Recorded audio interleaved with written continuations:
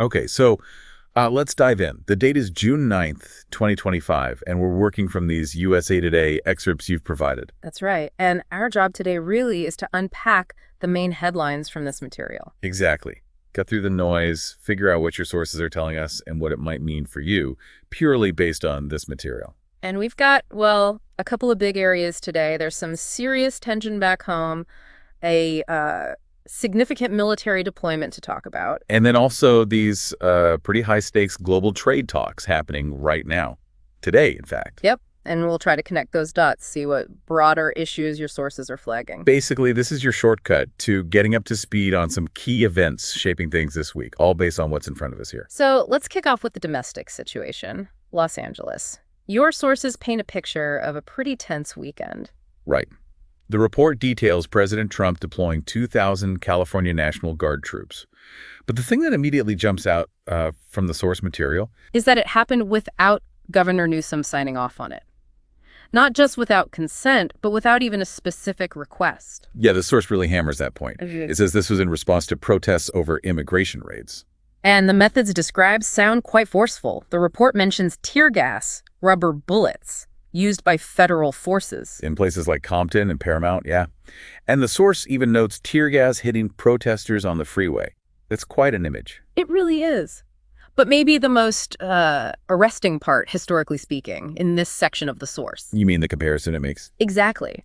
The report explicitly calls this the first time Guard troops have been deployed by a president over state objections since Selma, 1965. Wow. That really puts it in perspective, doesn't it? The source isn't just stating a fact there. It's signaling how significant this feels, at least from the perspective presented. Precisely. It frames it as a potentially major moment in federal-state power dynamics, a rare assertion of federal authority. And the source shows just how divided the reaction is. You've got critics quoted, like Governor Newsom, calling it an authoritarian power grab. But then supporters, like VP Vance in the report, frame it as essential to restore order. The source lays out both sides pretty clearly. It definitely highlights how contentious this is, just based on the provided text. Okay, so while all that's happening in LA. Right. Simultaneously, your sources shift focus across the Atlantic to London. Crucial trade talks. Also today, June 9th. Yes, high-level U.S. and Chinese delegations are meeting. The source mentions Treasury Secretary Bessent, Commerce Secretary Letnick, and Trade Rep Greer are the key U.S. figures there. And this follows that recent talk between President Trump and President Xi. And the agenda. It sounds like really core stuff based on the report. Absolutely. Critical minerals like rare earths, semiconductors, and the possibility of rolling back some tariffs. These are big economic levers the source is pointing to. Touching on tech, supply chains, major leverage points. And interestingly, the source notes an early positive market reaction, a 1% jump in the S&P 500, just on the initial buzz from these talks. Shows how closely Wall Street is watching this specific negotiation, doesn't it? Yeah. Sees it as potentially quite significant. Definitely. So when you put these two big stories together, the LA deployment and the London talks, what's the connecting thread your sources seem to suggest? Well, it seems like the material frames both within this broader context of maybe anxieties, concerns about federal power, the speed of response. Yeah, the report kind of hints at underlying questions about federal overreach, both domestically and perhaps in how trade leverage is used. And this leads to what I thought was maybe the most powerful takeaway from the source material. The expert warning. Exactly.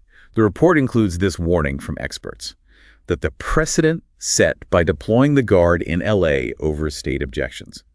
This could fundamentally change federal-state relations for years. That's huge. It takes the LA incident, according to these experts cited in your source, from just one event to potentially a real turning point, suggesting long-term shifts.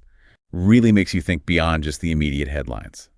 So to quickly recap the threads from your sources today. We saw this highly unusual, historically flagged situation in Los Angeles, federal authority versus state objection. Then, these critical economic talks in London focused on key strategic resources. And underpinning it all, these expert warnings highlighted in your material about the potential long-term fallout for how federal and state governments interact. And remember, this whole deep dive, this exploration, is based only on the USA Today excerpts you provided. It's a snapshot. A snapshot of a moment where domestic power, global economics, and potentially constitutional dynamics are all kind of swirling together, according to the source. Exactly. So keeping that expert warning from your source in mind about the precedent set in LA. Here's a final thought for you. What does this deep dive into your sources suggest about where federal-state relations might actually be heading? Something to chew on as you go about your day.